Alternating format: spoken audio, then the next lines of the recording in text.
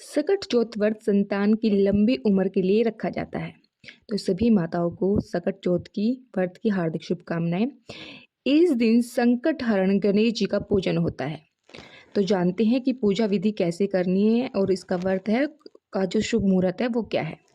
माघी सकट चौथ व्रत माघ के कृष्ण चतुर्थी को मनाया जाता है। इसे तिलकुटा चौथ भी कहते हैं। माघ महीने की कृष्ण पक्ष की सकट चतुर्थी तिथि की शुरुआत जो होगी वो 29 जनवरी की सुबह 6:10 पे होगी। अगले दिन इसका समापन सुबह 8:54 पे होगा। उदय तिथि में चतुर्थी तिथि के हिसाब से व्रत 29 जनवरी को ही रखा जाएगा। सकट चौथ व्रत संतान की लंबी उम्र के लिए रखा जाता है। इस दिन संकट हरण गणेश जी का पूजन होता है और पूजन में दुर्वा, शमी पत्थर, बेल पत्थर, गुड़ और तिल के लड्डू चढ़ाए जाते हैं।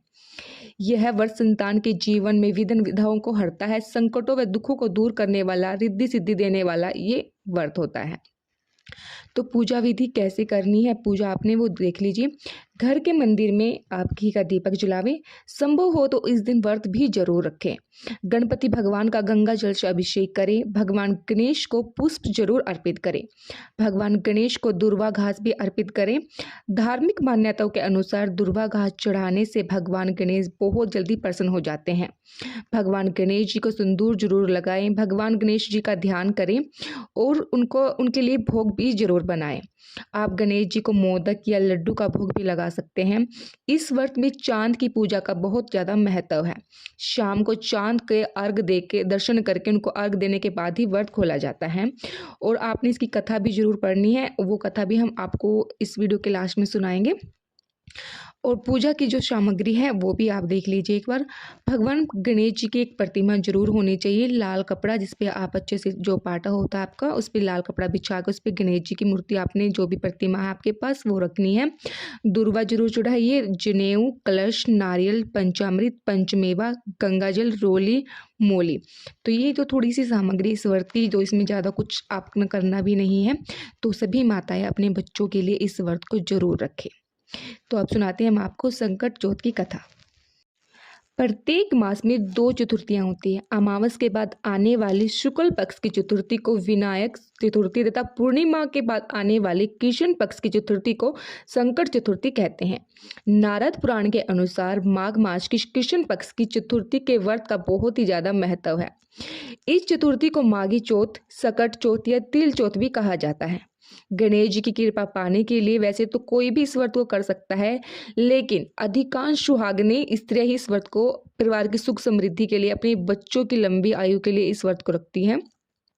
इस दिन भगवान गणपति जी की आराधना से सुख सौभाग्य में वृद्धि होती है। घर परिवार में आ रही विघ्न बाधाओं को मुक्ति मिलती है।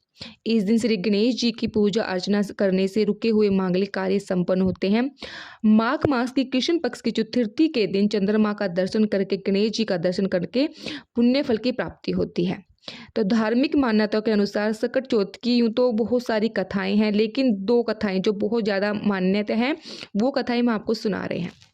त्रेता युग में रावण ने श्रव के सभी देवताओं को जीतकर अंगद के पिता बाली को पीछे से जाकर पकड़ लिया। वानर राज बलि रावण को अपने बगल में दबाकर कसदिन नगरी को ले चले और अपने पुत्र अंगद को खेलने के लिए खिलौना दे दिया।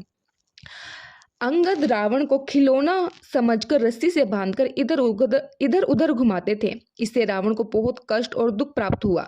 रावण ने दुखी मन से अपने पितामह पुलस्त्य जी को याद किया। रावण की इस दशा को देखकर पुलस्त्य जी ने विचार किया कि इसकी यह दशा कैसे हुई। अभिमान हो जाने पर देव, मनुष्य, असुर सभी की यही गति होती है। पुलस्त्य ऋषि ने रावण से पूछा, तुमने मुझे क्यों याद किया? रावण बोले, पितामह, मैं बहुत ही दुखी हूँ। यह नगरवासी मुझे धिक्कारते हैं, आप मेरी रक्षा कीजिए। रावण के ऐसे वचनों को सुनकर पुलस्त्य ऋषि बोले, पुत्र तुम डरो नहीं, तुम इस बंधन से जल्दी ही मुक्त हो जाओगे। पुलस्त्य ने कहा कि तुम विघ्न विनाशक गणेश जी का स्मरण करके उनका व्रत करो।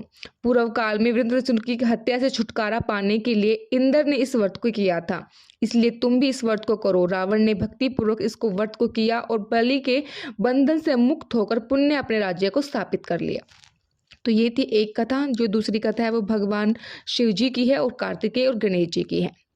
पौराणिक मान्यताओं के अनुसार एक बार देवों के देव महादेव ने शिवजी ने कार्तिकेय व गणेश जी से पूछा कि तुम में से कौन देवताओं के कष्टों का निवारण कर सकता है।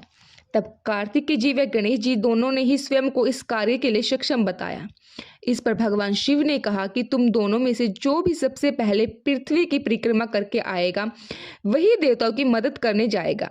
ये वचन सुनते ही कार्तिकेय अपने वाहन मोर पे बैठकर पृथ्वी की परिक्रमा करने के लिए निकल पड़े, परंतु गणेश जी विचरगमन हो गए। वे चूहे के ऊपर चढ़कर सारी पृथ्वी की परिक्रमा करेंगे तो इस कार्य में उन्हें बहुत ज्यादा समय लग जाएगा। तभी उन्हें एक उपाय सूझा। वे अपने स्थान से उठे और अपने माता पिता के साथ परिक्रमा करके वापस बैठ गए।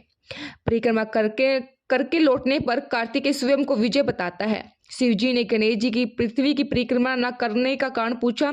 तब गणेश जी ने कहा, माता पिता के चरणों में ही समस्त लोक है। यह सुनकर भगवान शिव ने गणेश जी को देवताओं के संकट दूर करने की आज्ञा दी और गणेश जी को आशीर्वाद दिया कि चतुर्थी के दिन तुम्हारे श्रद्धा पूर्वक पूजा करेगा और रात्रि में चंद्रमा को अर्घ देगा, उसके सभी कष्ट दूर हो जाएंगे।